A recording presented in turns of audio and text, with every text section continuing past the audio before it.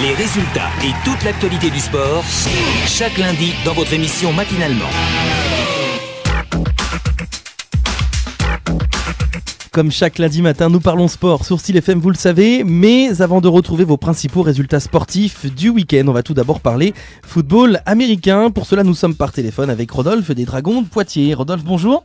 Bonjour tout le monde. Alors, dans un premier temps, tu vas nous expliquer en quoi consistent les postes de defensive lineman et linebacker.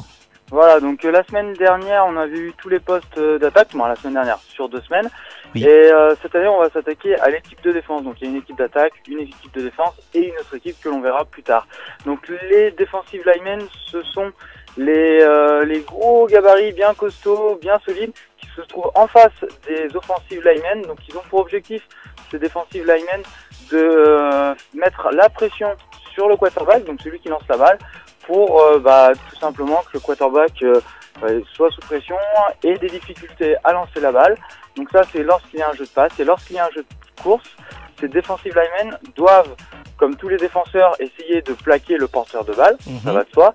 Mais leur particularité, c'est que comme en face d'eux, ils ont une ligne de 5 ou plus de gars qui doivent essayer de les pousser. Donc ils doivent essayer de refermer cette ligne au maximum pour éviter que le running back avec la balle puisse passer entre les trous de cette ligne. Donc ce sont ces hommes, ces defensive linemen, ce sont des gabarits très explosifs, très costauds et qui ont une agressivité, une rage de vouloir plaquer le porteur de balle assez importante. Donc c'est des postes, on va dire, qui sont bien mis en valeur lorsqu'il y a des sacs, par exemple.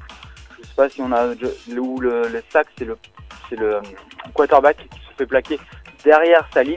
Donc c'est des postes très importants en défense pour mettre la pression sur le quarterback. Et en ce qui concerne les entraînements, comment ça se passe avec ces deux postes ? Avec ces deux postes, donc le defensive lineman et le linebacker, donc linebacker c'est le rideau qui est juste derrière, eux ils arrêtent principalement tous les jeux de course et les passes courtes, donc ils sont 5 mètres derrière les defensive linemen, ils sont plus rapides, plus explosifs, et aux entraînements ces deux postes là, c'est avant tout, comme tout poste, de la technique individuelle, du travail avec les bras, donc savoir se défaire de son vis-à-vis pour pouvoir être au plaquage, et aussi également des mises en situation où il faut bien prendre la zone, il faut passer au bon endroit pour que son collègue d'à côté puisse faire le taf. Donc tous les joueurs sur le terrain en défense doivent être à un endroit sur le terrain au bon moment, puis pour que l'un d'entre eux puisse réaliser le plaquage. Donc c'est vraiment millimétré aussi les déplacements en défense. Alors on va parler maintenant à présent des matchs de la NFL qui vont avoir lieu en Europe prochainement.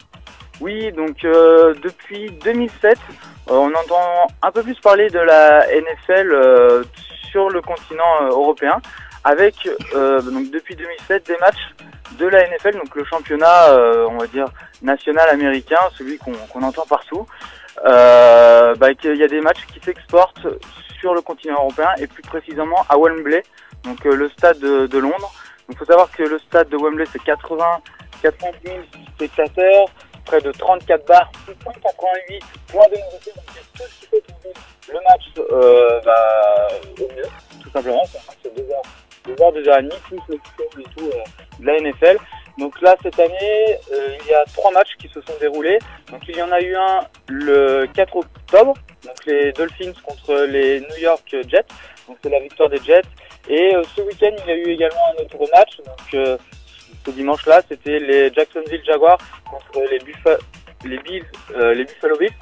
Donc c'est victoire des Jaguars. Et il y aura un autre match à Wembley. C'est le week-end prochain, où les Lions vont rencontrer les Chiefs. Donc c'est intéressant que la NFL s'exporte en Europe pour promouvoir le football américain sur tous les continents. Donc c'est une chance pour nous, Européens. On a rappelé que le premier match à Wembley, c'est en 2007, les Dolphins de Miami versus les Giants de New York. C'est ça. Alors on va également faire un point et un retour sur le scrimmage. Alors c'est quoi exactement ? Explique-nous tout. Alors oui, on est tous au courant que le mois d'octobre, c'est le Pink October, où les équipes sportives, en tout cas principalement les américaines, mettent un petit accessoire rose pour marquer leur soutien face au cancer des femmes dans le monde entier. Donc le Stade Toulousain Football Américain a juste arborer son logo de rose, voilà, sur sa page Facebook. Et là, deux équipes régionales du Poitou-Charentes, donc les Alligators de Rochefort et les Sea Devils de La Rochelle, ont pour l'occasion réalisé un scrimmage. Donc c'est un entraînement collectif, puis après une petite opposition pour réunir des fonds pour une association. Donc si je ne me trompe pas, l'association, je me suis renseigné un peu, c'est Symphonie 17, donc c'est une association qui est née en 2004 pour aider les femmes dans le parcours de soins face au cancer.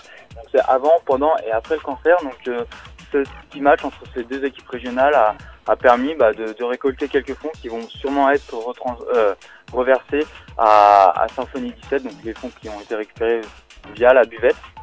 Et donc les alligators, donc ça s'est passé aux Alligators de Rochefort, et j'ai eu les informations du président des Sea Devils. Donc c'est les Sea Devils, lors de la petite opposition à la fin, qui ont gagné 42-10. Donc c'est avant tout pour faire la promotion du football américain, pour soutenir la lutte des femmes face au cancer, et également tout simplement pour que aussi les équipes se préparent à la compétition qui débutera en janvier pour le championnat régional du Poitou-Charentes. Vous avez d'autres événements liés à la cause associative là de prévus dans quelques temps? En ce qui concerne les Dragons, non. Voilà, non, on n'a rien de prévu avec d'autres associations, sauf pour les matchs de championnat, où là on fait intervenir d'autres associations de danse ou à thématique américaine pour faire du spectacle. En tous les cas, tu nous tiendras informés, quoi qu'il en soit. Exactement. Merci Rodolphe. Merci beaucoup. À lundi prochain. Salut.